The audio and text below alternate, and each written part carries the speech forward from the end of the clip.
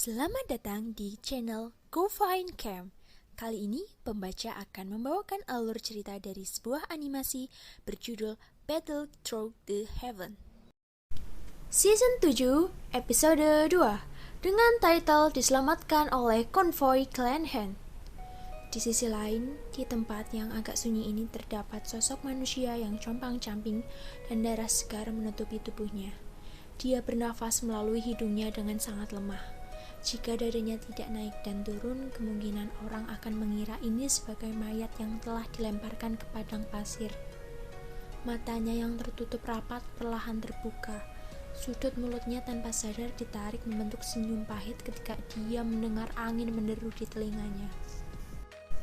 Sosok yang tergeletak lemah tak lain adalah Xiaoyan yang telah melewati wormhole dengan susah payah karena tubuhnya telah dirusak dengan kejam oleh kekuatan spasial.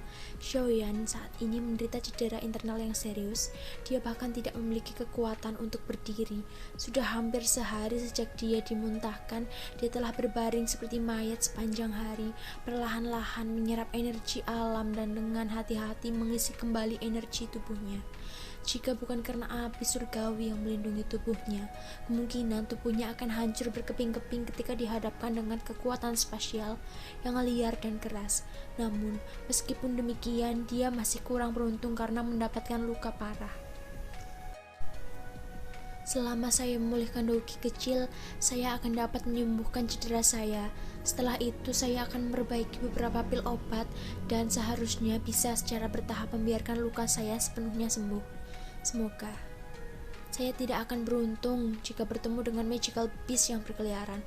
Bahkan seseorang Douzong Elite tidak bisa melakukan apapun padaku. Dengan demikian akan sangat sulit untuk menerimanya jika aku akhirnya menjadi makanan dari beberapa binatang sihir itu. Xiaoyan bergumam di dalam hatinya. Dia merasakan kekuatan obat hangat yang menyebar di sekujur tubuhnya. Kelelahan sekali lagi melonjak, menyebabkan dia secara bertahap menutup matanya. Setelah beberapa jam berlalu, dia perlahan membuka matanya. Tatapan Xiaoyan menyapu tubuhnya dan menemukan bahwa jejak darah telah dibersihkan. Bahkan jubah hitam yang compang-camping telah diganti oleh seseorang. Saat ini dia mengenakan pakaian linen yang sangat kasar. Xiaoyan melihat pakaian di tubuhnya dengan tertegun sejenak. Setelah itu dia tiba-tiba teringat sesuatu dan buru-buru menggosok tangan kanannya. Dia hanya menghela nafas lega setelah mengetahui bahwa cincin penyimpanan masih ada di sana. Tirai kereta ditarik oleh seseorang. Segera seorang pria paruh baya dengan tubuh kekar muncul di hadapan Xiaoyan. Dia membuka mulutnya dan tersenyum ketika dia melihat bahwa Xiaoyan telah terbangun. "Adik laki-laki, apakah Anda sudah pulih?" ucap pria paruh baya tersebut. Mata Xiaoyan menyapu pria paruh baya itu. Meskipun dia terluka parah dan Douki di dalam tubuhnya kosong, kekuatan spiritualnya masih kuat sebelumnya. Dia segera melihat kekuatan orang ini berada pada puncak kelas Dowling. "Awalnya, kami berpikir bahwa Anda tidak akan selamat setelah melihat cedera Anda, tapi diduga Anda bisa terbangun." Pria paruh baya tersebut tersenyum pada Xiaoyan dan berkata, "Aku dipanggil Han Chong, Clan Han dari kota Tianbei. Saya kebetulan punya misi yang membuat konvoi melewati gurun yang sepi ini. Saat itulah kami akhirnya menemukan Anda. Anda benar-benar beruntung. Sering ada bencana terkait serigala di padang pasir. Bahkan Douci yang normal tidak dapat mengalahkan mereka, dan banyak ahli yang telah dimakan oleh mereka. Jika mereka menemukan Anda, kemungkinan Anda akan ditinggalkan sebagai tumpukan tulang belulang putih." "Kakak Han Chong, terima kasih telah menyelamatkan saya," ucap Xiaoyan setelah mendengarkan penjelasan dari Han Chong. Meskipun setelah secara bertahap dapat memulihkan sedikit Douki, jika dia terus berbaring di tanah, tidak akan ada yang bisa memastikan apakah sesuatu akan terjadi selama 2 hari ke depan. Oleh karena itu, ia benar-benar berutang budi kepada Han Chong ini karena menyelamatkannya. "Tidak apa-apa, ketika kita berada di luar, kita harus mengulurkan tangan jika kita bisa, atau dalam arti membantu ya guys." Han Chong tersenyum saat dia menjawab. Tatapannya menyapu tubuh Xiaoyan dan berkata, "Selain itu yang bisa saya lakukan, Saya juga tidak mampu membantu dalam hal cedera Anda. Jika kami tiba di kota Tianbei, saya mungkin akan mengundang seorang alkemis dari toko obat untuk membantu merawat cedera Anda. Namun, itu membutuhkan banyak koin emas. Orang biasa akan benar-benar mengalami kesulitan untuk mendapatkannya. Arogansi para alkemis benar-benar terlalu hebat, tetapi tidak ada yang berani menyinggung mereka. Bahkan, pemimpin klan Han saya harus sopan ketika menghadapi orang-orang itu. Xiaoyan hanya tersenyum. Luka-lukanya tidak menjadi masalah, meskipun sangat serius. Itu menjadi hal yang biasa bagi Xiaoyan. Itu benar, kakak Hanchong. Bolehkah saya bertanya, apakah ini dataran tengah? Ucap Xiaoyan. Ya, ini adalah wilayah utara dan dari dataran tengah. Hanchong mengangguk. Dia langsung bertanya terkejut, apakah adik-adik laki-laki Xiaoyan bukan seorang dari dataran tengah? Xiaoyan yang tertawa getir. Dia menyembunyikan apapun saat dia berbincang singkat tentang masalah wormhole. Jadi kamu bertemu dengan beruang badai. Tidak heran cedera Anda begitu serius, namun Anda bisa dianggap beruntung. Anda sangat sedikit orang yang dapat melarikan diri hidup-hidup setelah bertemu dengan space storm atau badai di dalam wormhole. Klan Han, kami memiliki penjaga yang ditelan oleh space storm ketika mereka melewati wormhole saat itu. Han Chong akhirnya tiba-tiba mengerti setelah mendengar kata-kata dari Xiaoyan. Wilayah utara dataran tengah, bolehkah aku tahu di daerah mana Pil Tower berada? Ucap nada bertanya Xiaoyan. Menara Pil ya? Haha, secara alami di wilayah tengah dataran tengah, semua orang di Central Plains tahu tentang itu. Namun wilayah utara agak jauh dari sana. Bahkan jika Anda menggunakan wormhole, Anda perlu melakukan beberapa waktu, kata Hanchong. Xiaoyan yang sedikit mengangguk. Dia tidak tahu di mana kelompok dokter peri kecil itu, namun kemungkinan tidak ada yang terjadi pada mereka. Dia menyimpulkan bahwa alasan kekuatan spasial berubah liar dan keras ketika dia memasuki lingkaran perak, kemungkinan karena kekuatan spasial besar yang telah menyerang pintu keluar sebelumnya. Kelompok dokter peri kecil telah berhasil keluar sebelum kekuatan spasial berbahaya itu muncul. Haha, saudara Xiaoyan, kamu tetap di kereta dulu karena kamu baru saja bangun. Masih cukup jauh dari kota Tianmei. Jika Anda ingin sesuatu selama periode waktu ini, Anda dapat menghubungi saya. Ucap Hanchong memandang Xiaoyan dan berpikir bahwa alasan keheningan adalah karena luka-lukanya. Dia berhenti mengganggu Xiaoyan saat dia tersenyum padanya. Setelah berbicara, dia berbalik, membuka tirai dan berjalan pergi. Xiaoyan bisa melihat bahwa Anda cukup banyak gerbong di sekitar ketika dia membuka tirai. Jelas ini adalah konvoi. Masih ada waktu yang sangat lama hingga Pil Gathering of Pil Tower. Jika luka saya benar-benar sembuh, saya akan mungkin bisa berkeliaran di teran tengah ini dan menanyakan tentang Hall of Souls. Aku juga menemukan teman Liao Lao seperjuangan itu, Feng Zunzi, tentu saja. Mungkin aku juga mencari waktu untuk pergi ke Burning Flame Valley untuk melihat apakah aku bisa mendapatkan 2 perubahan terakhir dari langit api, 3 perubahan misterius. Itu sangat berguna bagi saya. Xiaoyan bergumam pelan pada dirinya sendiri. Setelah itu, aku juga perlu menanyakan tentang klan misterius di belakang Shan Er.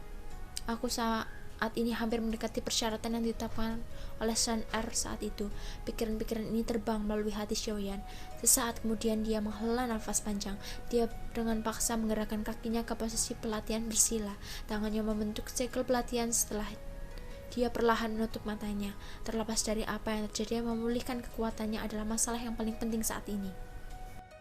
Setelah melakukan pelatihan, Xiaoyan membuka tirai kereta.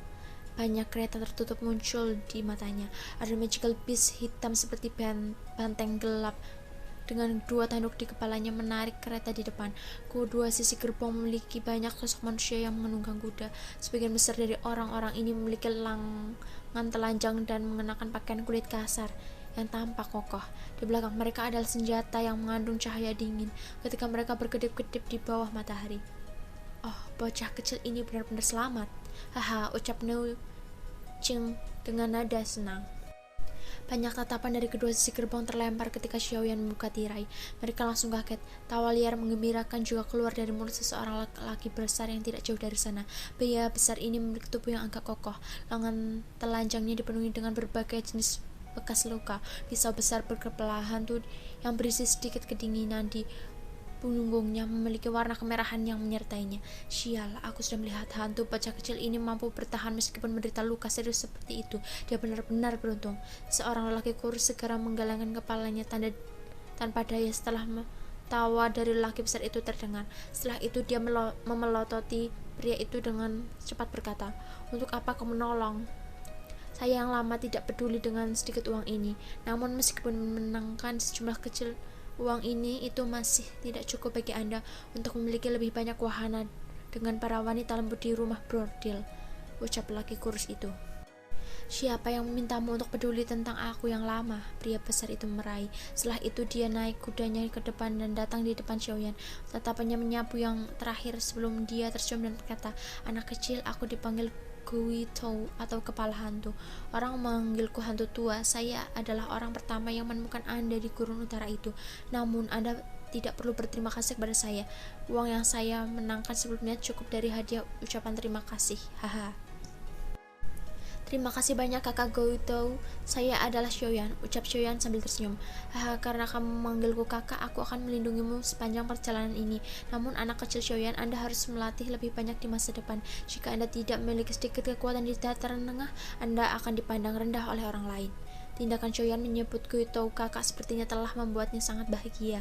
Nada suaranya digunakan ketika menegur seseorang dari generasi yang lebih muda. "Guito, kamu harus berhenti menggerutu secara acak di sekitar sini dan mengajar orang lain omong kosong." Suara kuda ditransmisikan dari depan dan tidak lama setelah suara Guito terdengar, segera suara mencaci Hang Chong terdengar. "Hehe, bukan seolah-olah aku mengatakan sesuatu yang salah," ucap Guito tertawa. Han Chong mengabaikannya, pandangannya beralih ke Xiaoyan, melihat kompleksinya yang jauh lebih baik, dan tanpa sadar dia tersenyum ketika berkata, "Bagus adik laki-laki Xiaoyan.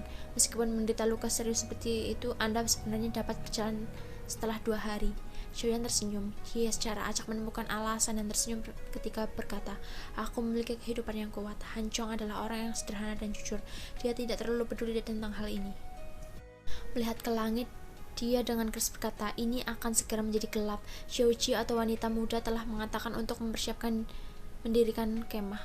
Gitu Anda akan memimpin beberapa orang dan melihat apakah ada tempat yang bagus di dekatnya.